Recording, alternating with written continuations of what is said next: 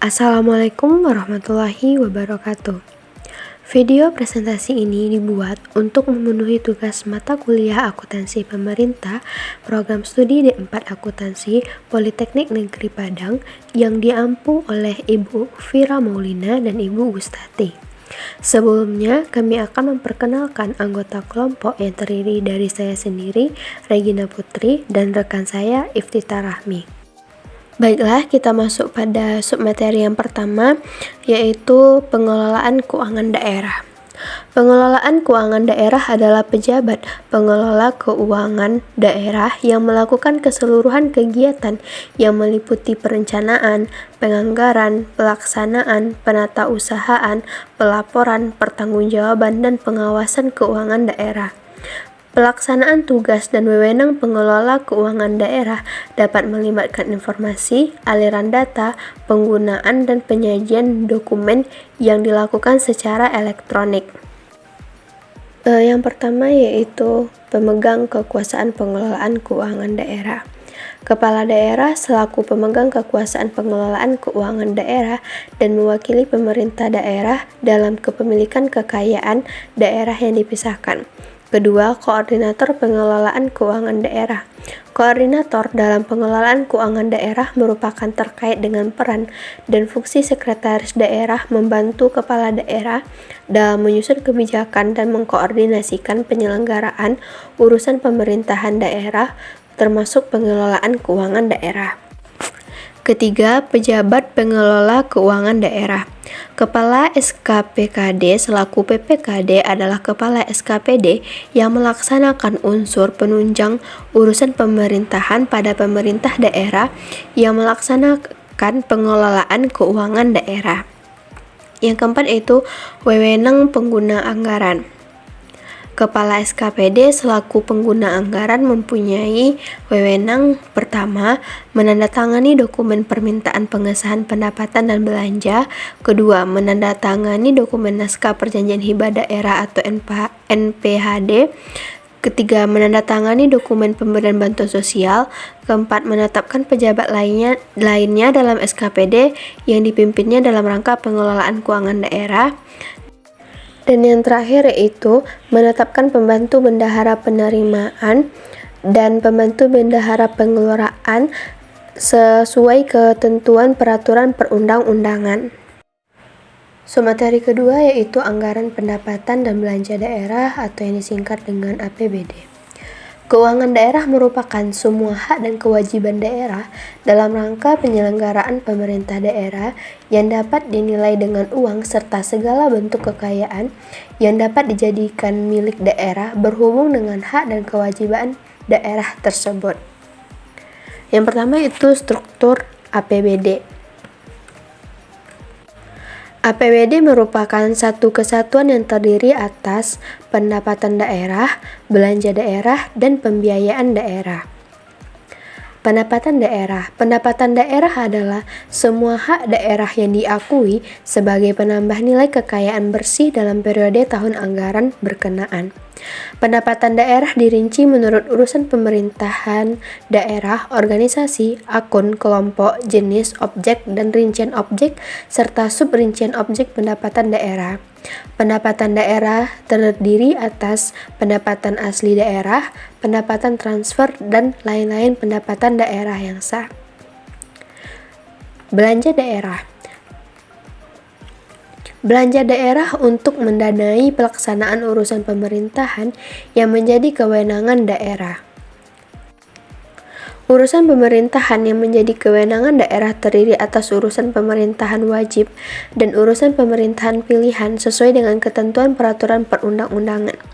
Berdasarkan pasal 55 Pemerintah nomor 12 tahun 2019, klasifikasi belanja daerah terdiri dari: pertama, belanja operasi, merupakan pengeluaran anggaran untuk kegiatan sehari-hari pemerintah daerah yang memberi manfaat jangka pendek. Kedua, belanja modal, merupakan pengeluaran anggaran untuk perolehan aset tetap dan aset lainnya yang memberi manfaat lebih dari satu periode akuntansi.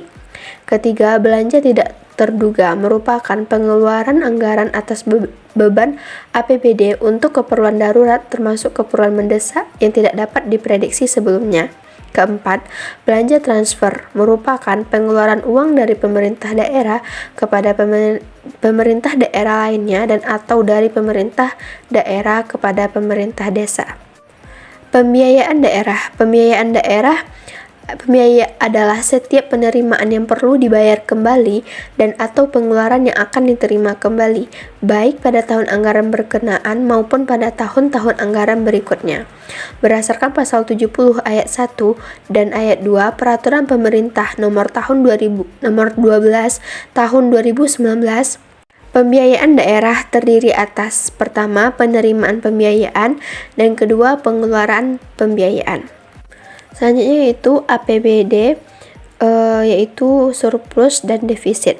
Surplus APBD merupakan selisih lebih antara pendapatan daerah dan belanja daerah, sedangkan defisit APBD merupakan selisih kurang antara pendapatan daerah dan belanja daerah. Submateri ketiga yaitu penyusunan rancangan anggaran pendapatan dan belanja daerah. Pertama, KUA dan PPAS. Kebijakan Umum APBD atau KUA adalah dokumen yang memuat kebijakan bidang pendapatan, belanja, dan pembiayaan, serta asumsi yang mendasarinya untuk periode 1 tahun. Kedua yaitu prioritas dan plafon anggaran sementara atau PPAS adalah program prioritas dan batas maksimal anggaran yang diberikan kepada perangkat daerah untuk setiap program, kegiatan dan subkegiatan sebagai acuan dalam penyusunan rencana kerja dan anggaran satuan kerja perangkat daerah. Kedua, RK SKPD. SKPD memuat rencana pendapatan, belanja, dan pembiayaan untuk tahun yang direncanakan serta perkiraan maju untuk tahun berikutnya. 3. Rancangan Perda APBD. Rancangan Perda tentang APBD yang telah disusun oleh PPKD disampaikan kepada kepala daerah. Keempat, Rancangan Perkada Penjabaran APBD. Mengacu pada pasal 106 Pemerintah nomor 12 tahun 2019, Peraturan Menteri ini membuat ketentuan terkait penyiapan Raperda tentang APBD sebagai berikut. Pertama, berdasarkan persetujuan bersama terhadap rancangan Perda tentang APBD, Kepala Daerah menyiapkan rancangan Perkada tentang penjabaran APBD. Kedua, proses penyiapan Perkada tentang penjabaran APBD mengandung informasi, aliran data, serta penggunaan dan penyajian dokumen yang dilakukan secara elektronik. Submateri keempat yaitu penetapan anggaran pendapatan dan belanja daerah. Pertama, penyampaian dan pembahasan rancangan APBD. Kedua, persetujuan tujuan rancangan APBD. Ketiga, evaluasi rancangan APBD. 4. Penetapan Perda APBD dan Perkada Penjabaran APBD. 5. Penyusunan dan penetapan rancangan Perkada APBD dalam hal tidak tercapai tujuan bersama. 6. Penyusunan dan penetapan APBD bagi Pemda yang belum memiliki DPRD. Dan terakhir, penetapan APBD bagi daerah persiapan. Submateri 5, pelaksanaan dan penata usahaan terdiri dari kerangka pengaturan, pelaksanaan dan penata usahaan kas umum daerah, pelaksanaan dan penata usahaan kas transitoris, penyiapan dokumen pelaksanaan anggaran, penyiapan anggaran kas pemerintah, surat penyediaan dana, penerimaan dan penyetoran pendapatan, pembukuan bendahara penerimaan, laporan penerimaan, penatausahaan pembayaran atas kelebihan pendapatan, pelaksanaan dan penatausahaan belanja, penetapan besaran uang persediaan, proses pelimpahan uang persediaan, permintaan pembayaran, perintah membayar, perintah pencairan dana, pembukuan bendahara pengeluaran, penyampaian laporan pertanggungjawaban bendahara pengeluaran, pelaksanaan dan penatausahaan belanja yang melampaui tahun anggaran, belanja wajib dan mengikat, subkegiatan yang bersifat tahun jamak, penatausahaan penerimaan pembiayaan, penatausahaan pengeluaran pembiayaan. Submateri 6, laporan realisasi semester pertama APBD dan perubahan anggaran pendapatan dan belanja daerah. Laporan realisasi semester pertama APBD menggambarkan perbandingan antara anggaran dengan realisasinya dalam periode Januari hingga Juni pada tahun anggaran berkenaan, serta menyajikan unsur-unsur sebagai berikut. Pertama, pendapatan LRA. Kedua, belanja daerah. Ketiga, transfer. Keempat, surplus atau defisit LRA. Kelima, pembiayaan. Dan keenam yaitu sisa lebih atau kurang pembiayaan anggaran.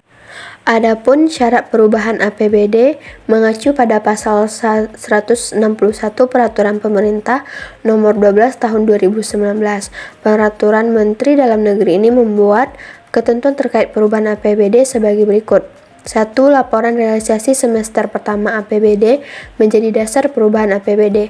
2. Perubahan APBD dapat dilakukan apabila terjadi perkembangan yang tidak sesuai dengan asumsi KUA, keadaan yang menyebabkan harus dilakukan pergeseran anggaran antar organisasi, antar unit organisasi, antar program, antar kegiatan, antar subkegiatan, dan antar jenis belanja, keadaan yang menyebabkan silpa tahun anggaran sebelumnya harus digunakan dalam tahun anggaran berjalan, dan keadaan darurat dan atau keadaan luar biasa.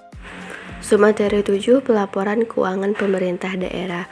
Pertama, akuntansi pemerintah daerah adalah rangkaian sistematik dari prosedur, penyelenggara, peralatan, dan elemen lain untuk mewujudkan fungsi akuntansi, sejak analisis transaksi sampai dengan pelaporan keuangan di lingkungan organisasi pemerintahan daerah. SAPD tersebut ditetapkan dalam peraturan kepala daerah sebagai bagian yang tidak terpisahkan dari sistem dan prosedur pengelolaan keuangan daerah. Kedua, pelaporan keuangan pemerintahan daerah. Pertama, laporan realisasi anggaran. 2, neraca. 3, laporan operasional. 4, laporan perubahan ekuitas. Dan terakhir, catatan atas laporan keuangan. Selanjutnya adalah penyusunan rancangan pertanggungjawaban dan pelaksanaan APBD. Pengelolaan anggaran pendapatan dan belanja daerah merupakan sebuah proses yang diawali dengan penyusunan rancangan anggaran pendapatan dan belanja daerah yang kemudian dilakukan persetujuan oleh DPR, pengesahan oleh pemerintah pusat, penetapan menjadi APBD, sampai dengan implementasi dan penerapan atau pemanfaatan anggaran dengan melaksanakan, menata usahakan, serta mempertanggungjawabkannya.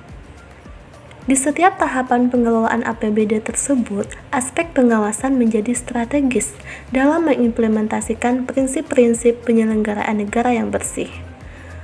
Bentuk utama pertanggungjawaban pelaksanaan APBD adalah adanya kewajiban pemerintah daerah sebagai pengguna anggaran untuk membuat laporan keuangan dan laporan kinerja yang kemudian akan dievaluasi dan diklarifikasi oleh BPK, DPRD, dan Kementerian Dalam Negeri. Selanjutnya adalah tentang kekayaan daerah dan utang daerah. Kekayaan daerah adalah semua barang yang dibeli atau diperoleh oleh beban anggaran pendapatan dan belanja daerah atau perolehan lainnya yang sah menurut undang-undang dan peraturan yang berlaku. Sedangkan utang daerah adalah kewajiban yang harus dibayar pemerintah daerah dan atau kewajiban pemerintah daerah yang dapat dinilai dengan uang berdasarkan peraturan perundang-undangan, perjanjian atau kontrak, atau berdasarkan sebab lainnya yang sah. Berdasarkan pasal 198 dan 199 Peraturan Pemerintah Nomor 12 Tahun 2019, ketentuan umum terkait pengelolaan kekayaan daerah dan utang daerah adalah sebagai berikut. Yang pertama, setiap pejabat yang diberi kuasa untuk mengelola pendapatan, belanja, dan kekayaan daerah wajib mengusahakan agar setiap piutang daerah diselesaikan seluruhnya tepat waktu. Yang kedua, pemerintah daerah mempunyai hak mendahului atas piutang jenis tertentu sesuai dengan ketentuan peraturan perundang-undangan. Yang ketiga, piutang daerah yang tidak dapat diselesaikan seluruhnya dan tepat waktu diselesaikan sesuai dengan ketentuan peraturan perundang-undangan. Yang keempat, penyelesaian piutang daerah yang mengakibatkan masalah perdata dapat dilakukan melalui perdamaian, kecuali mengenai piutang daerah yang cara penyelesaiannya sesuai dengan ketentuan perundang-undangan. Yang kelima, piutang daerah dapat dihapuskan secara mutlak atau bersyarat dari pembukuan sesuai dengan ketentuan peraturan perundang-undangan yang mengatur mengenai penghapusan piutang negara dan daerah, kecuali mengenai piutang daerah yang cara penyelesaiannya dilakukan sesuai undang-undang. Yang keenam, pemerintah daerah dapat melakukan investasi dalam rangka memperoleh manfaat ekonomi, sosial, dan manfaat lainnya. Yang ketujuh, pengelolaan BMD meliputi rangkaian kegiatan pengelolaan BMD sesuai dengan ketentuan peraturan perundang-undangan. 8. Kepala daerah dapat melakukan pengelolaan utang sesuai dengan ketentuan peraturan perundang-undangan. Selanjutnya, kepala daerah dapat melakukan pinjaman sesuai dengan ketentuan peraturan perundang-undangan. Dan yang terakhir, biaya yang timbul akibat pengelolaan utang dan pinjaman daerah dibebankan pada anggaran belanja daerah.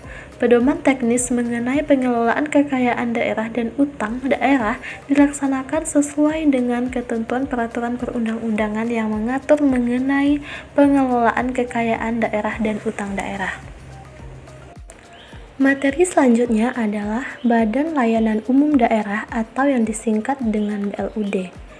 BLUD ini merupakan sistem yang diterapkan oleh Satuan Kerja Perangkat Daerah dalam memberikan pelayanan kepada masyarakat yang mempunyai fleksibilitas dan pola pengelolaan keuangan.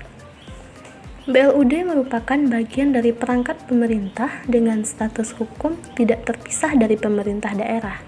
Berbeda dengan SKPD pada umumnya, pola pengelolaan keuangan BLUD memberikan fleksibilitas berupa keleluasaan untuk menerapkan praktik-praktik bisnis yang sehat untuk meningkatkan pelayanan kepada masyarakat.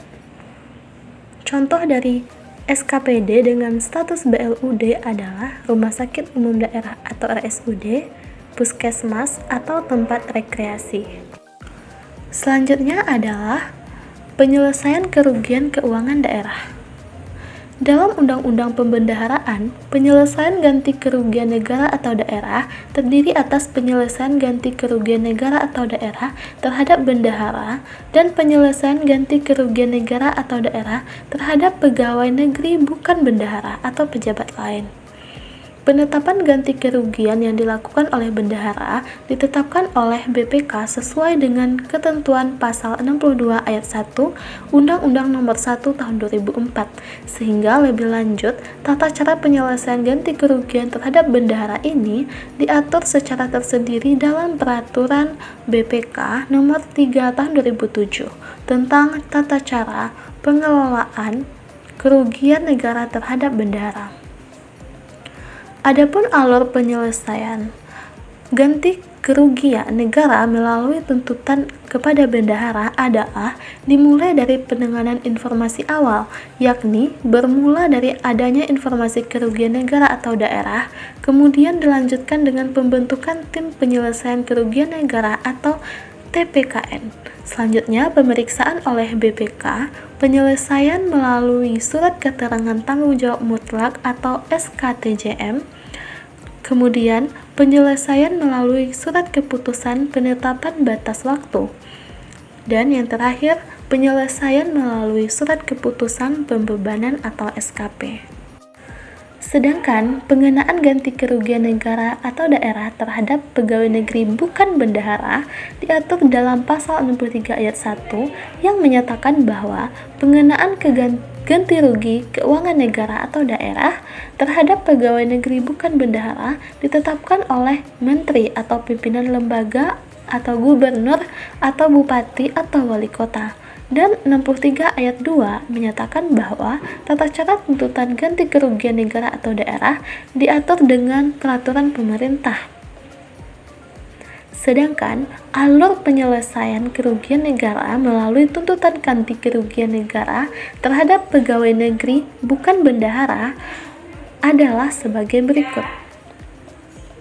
Yang pertama, dimulai dari penanganan informasi awal yang bermula dari adanya informasi kerugian negara atau daerah. Kemudian dilanjutkan dengan pembentukan tim penyelesaian kerugian negara atau daerah. Selanjutnya, penyelesaian melalui surat keterangan tanggung jawab mutlak. Kemudian penyelesaian melalui penerbitan surat keputusan pembebanan penggantian kerugian sementara, dan setelah itu penyelesaian melalui majelis, penentuan nilai kerugian negara atau daerah, dan penagihan, lalu penyetoran.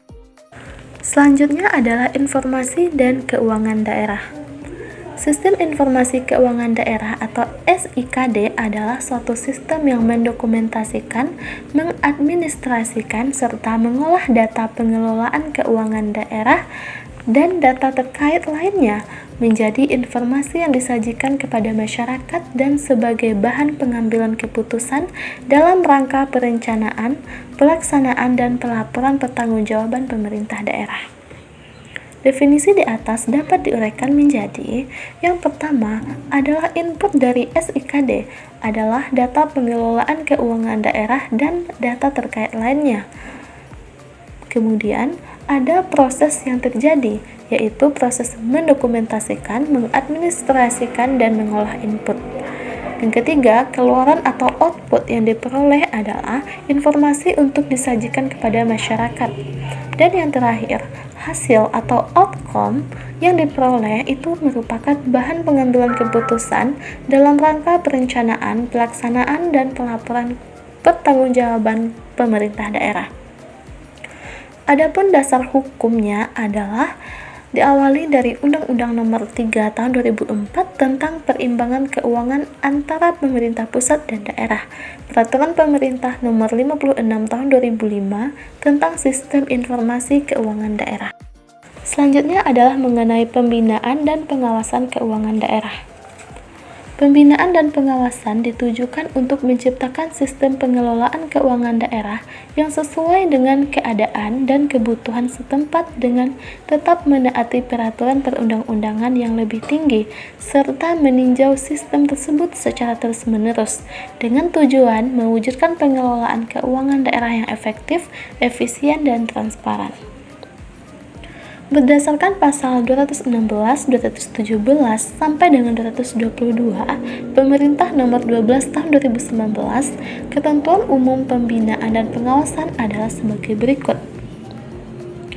Yang pertama, pembinaan dan pengawasan pengelolaan keuangan daerah secara nasional dikoordinasikan oleh Menteri. Yang kedua, pembinaan dan pengawasan pengelolaan keuangan daerah dilaksanakan oleh Menteri bagi pemerintah daerah provinsi, dilaksanakan oleh Gubernur sebagai wakil pemerintah pusat bagi pemerintah daerah kabupaten dan kota, dan dilaksanakan oleh kepala daerah bagi perangkat daerah. Yang ketiga, pembinaan dilakukan dalam bentuk fasilitasi, konsultasi, pendidikan dan pelatihan, serta penelitian dan pengembangan. Yang keempat, pengawasan dilakukan dalam bentuk audit, review, evaluasi, pemantauan, bimbingan teknis, dan bentuk pengawasan lainnya sesuai dengan ketentuan peraturan perundang-undangan. Yang kelima, pembinaan dan pengawasan dilaksanakan sesuai dengan ketentuan peraturan perundang-undangan. Yang keenam, untuk mencapai pengelolaan keuangan daerah yang efektif, kepala daerah wajib menyelenggarakan sistem pengendalian internal atas pelaksanaan kegiatan pemerintah daerah. Yang ketujuh, penyelenggaraan sistem pengendalian internal sesuai dengan ketentuan peraturan perundang-undangan. Selanjutnya, pemerintah daerah menetapkan sistem pemerintahan berbasis elektronik dalam pengelolaan keuangan daerah. Dan penerapan sistem pemerintahan berbasis elektronik dapat dilakukan secara bertahap sesuai dengan kondisi atau kapasitas pemerintah daerah. Dan pemerintah daerah wajib menerapkan sistem pemerintahan berbasis elektronik di bidang pengelolaan keuangan daerah secara terintegrasi paling sedikit meliputi: yang pertama, penyusunan program dan kegiatan perencanaan daerah, penyusunan rencana SKPD anggaran pemerintah daerah, penata usahaan keuangan daerah, dan pelaporan. Sekian pembahasan dari kelompok 2. Terima kasih atas perhatian dan mohon maaf atas segala kekurangan. Assalamualaikum warahmatullahi wabarakatuh.